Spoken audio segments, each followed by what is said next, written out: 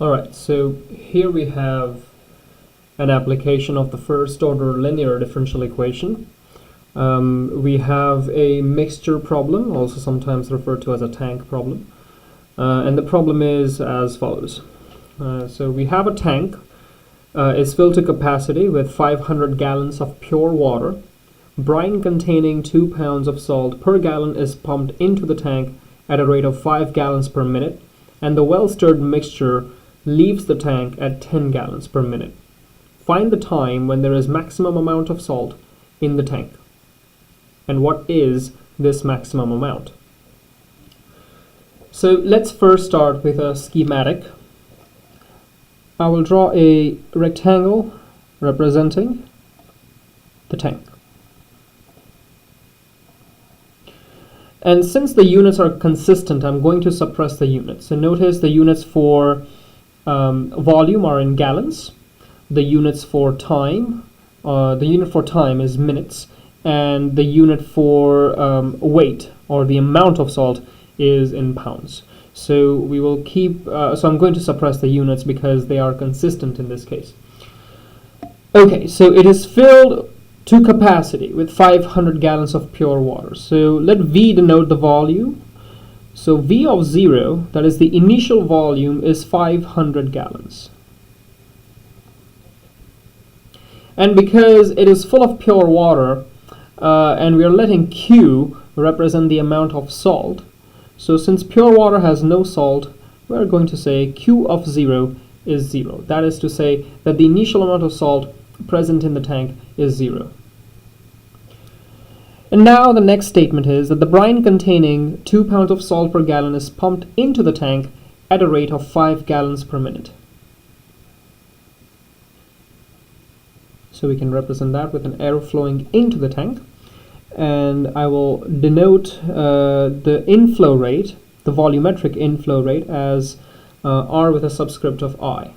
So R sub I is equal to 5 measured in gallons per minute.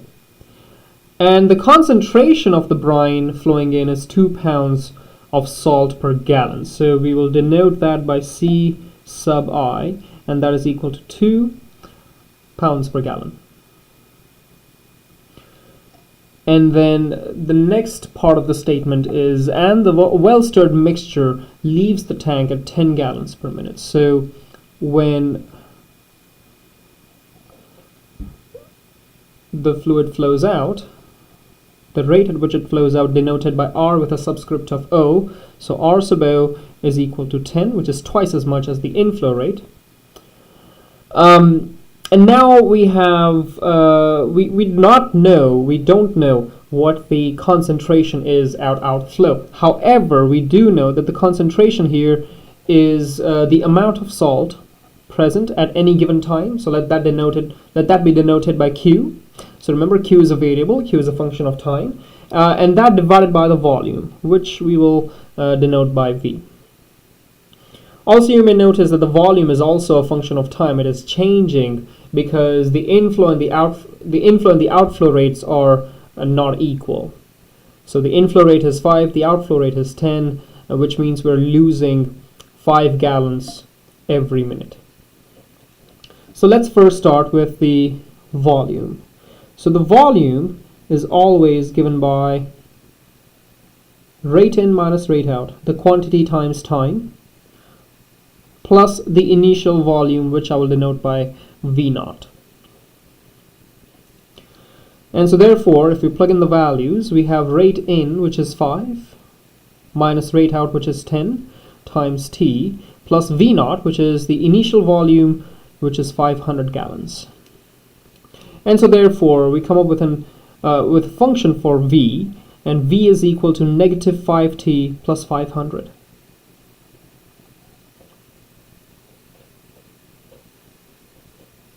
And so if we plug this in for V in our concentration at outflow, the concentration at outflow can be expressed as Q divided by negative 5T plus 500,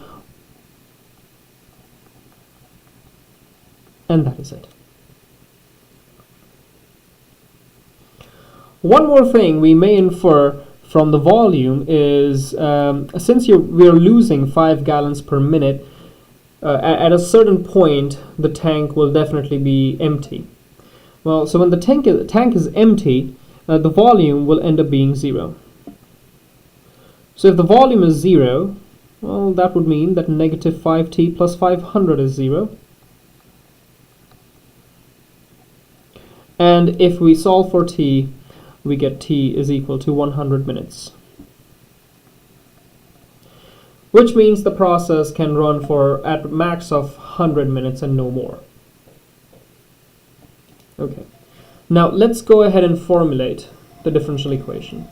As a matter of fact, we're going to formulate an initial value problem. So the associated differential equation is Q prime, which is equal to rate in concentration in minus the product rate out concentration out. And therefore we can say Q prime is equal to the rate in, which is 5 gallons per minute, times the concentration flowing in, which is 2 pounds per gallon, minus the rate flowing out, which is 10 gallons per minute, and the concentration flowing out, which we have it over here as a function which is Q divided by negative 5t plus 500. So let me say times Q divided by negative 5t plus 500. And so let's simplify this. Oh, actually, before we simplify, we may also want to write down the initial condition. The initial condition is, since there is no salt present in the tank, initially Q of 0 is 0. And so this is our IVP.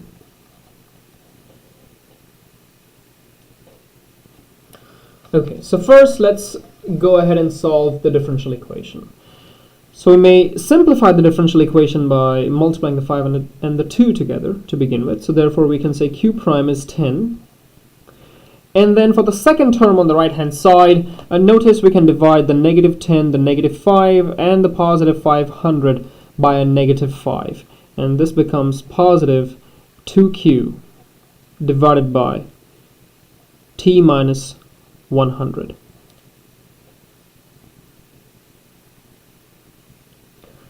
Finally, let's move this term 2Q divided by T minus 100 to the left, and so that implies that Q prime minus 2 over T minus 100 Q is equal to 10. So as you may see, now this differential equation is in the first order linear standard form, and now we may go ahead and find the integrating factor. So remember, for integrating factor, we first need to integrate the term negative 2 divided by T minus 100. So let's proceed on by integrating that. So therefore, the integral of negative 2 divided by T minus 100 with respect to T evaluates to negative 2 times the natural log of T minus 100. Which, if we use the properties of natural log, gets us to the natural log of T minus 100 raised to the power of negative 2. And therefore, the integrating factor given by the Greek letter mu is e raised to the integral, which came out to the natural log of T minus 100 raised to negative 2, which further simplifies down to T minus 100 raised to the power of negative 2.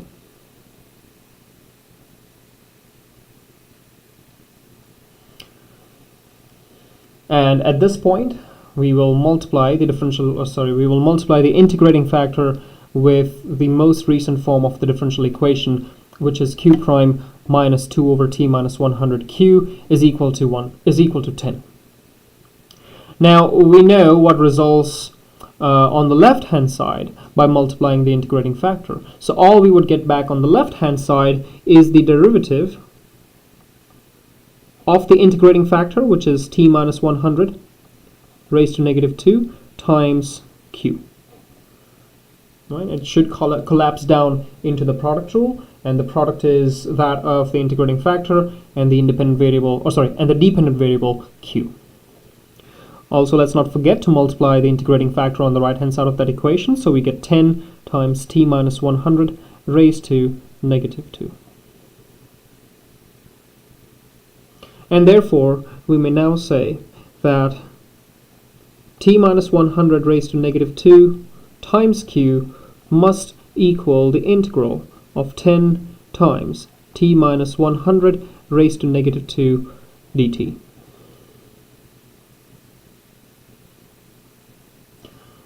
Therefore, if we evaluate the integral to the right hand side, we end up getting t minus 100 raised to negative 2 times q is equal to negative 10 times t minus 100 raised to negative 1 plus some arbitrary constant c. And finally, if we solve for q, we need to multiply the whole equation by t minus 100 squared. And so if we do so, we get q is equal to negative 10 times t minus 100 plus the constant c times t minus 100 squared.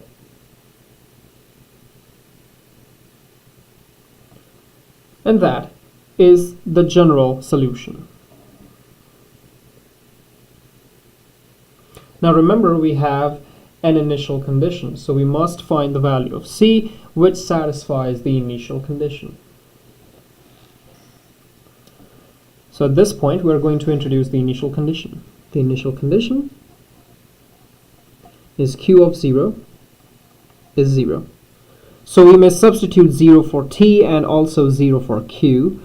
And if we do so in the general solution that we just obtained, we end up getting negative 10 times 0 minus 100, which is negative 100, plus c times 0 minus 100, which is negative 100, squared is equal to 0.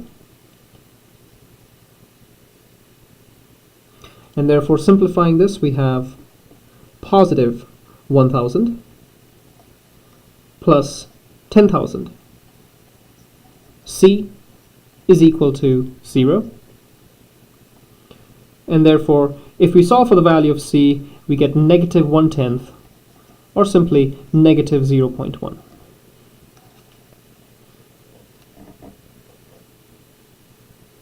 And now we may replace the value of c in the general solution and write down the unique solution.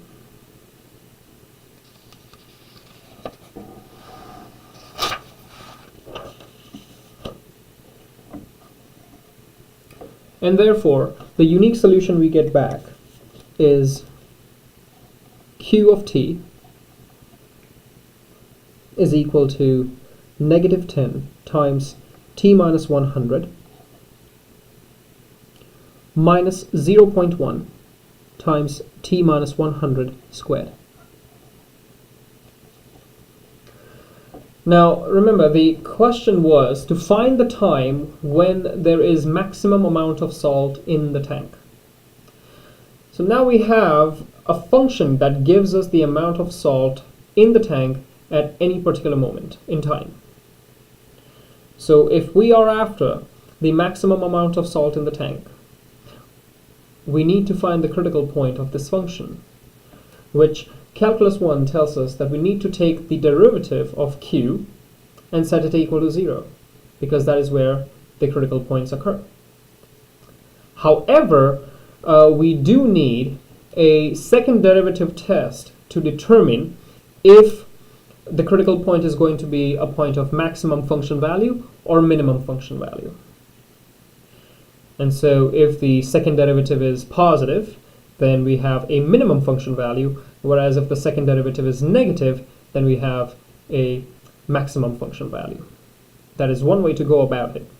The second way to go about it is, if you notice, the right-hand side of the function will end up being a quadratic with a negative leading coefficient. The leading coefficient will be negative 0.1. And so the graph of a quadratic function with a negative leading coefficient is a parabola opening down, which means the vertex of that parabola is the point of absolute maximum function value. and that is precisely what we're after. And because that is the only critical point that a parabola can have, which is at the vertex, we may skip the second derivative test. However, it is encouraged that we look at the second derivative just to check if we get consistent results, which we should, on which we will. So let's go ahead and evaluate q prime. Therefore, q prime of t is equal to negative 10 minus 0.2 times t minus 100. So therefore, q double prime of t is simply negative 0.2 for all values of t, which is definitely less than 0, which means any critical point, and there is only one in this case, will be a point of maximum function value. And that confirms our prediction.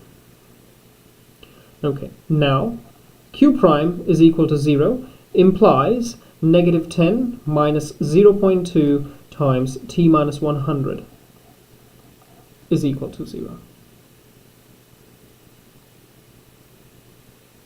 And so if we solve for this, we get negative 0.2 times t minus 100 is equal to positive 10. And therefore, t minus 100 is equal to 10 divided by negative 0.2, which is negative 50. And if we solve for t, that gives us t is equal to 50 minutes.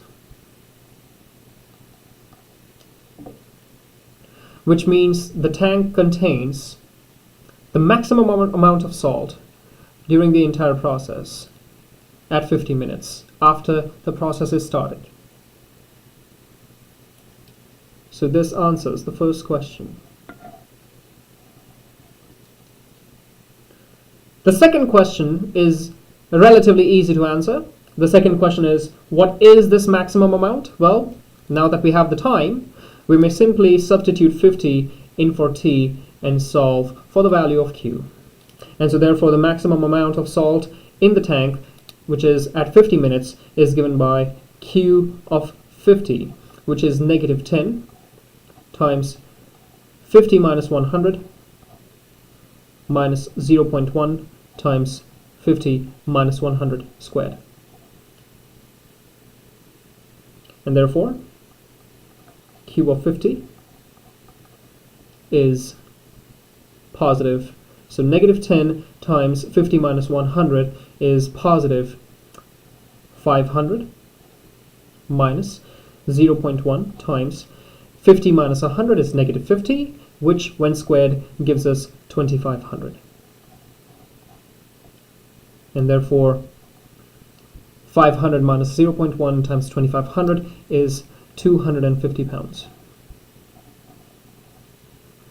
which is the maximum amount of salt in the tank, which is achieved at 50 minutes after starting the process. And that concludes the solution.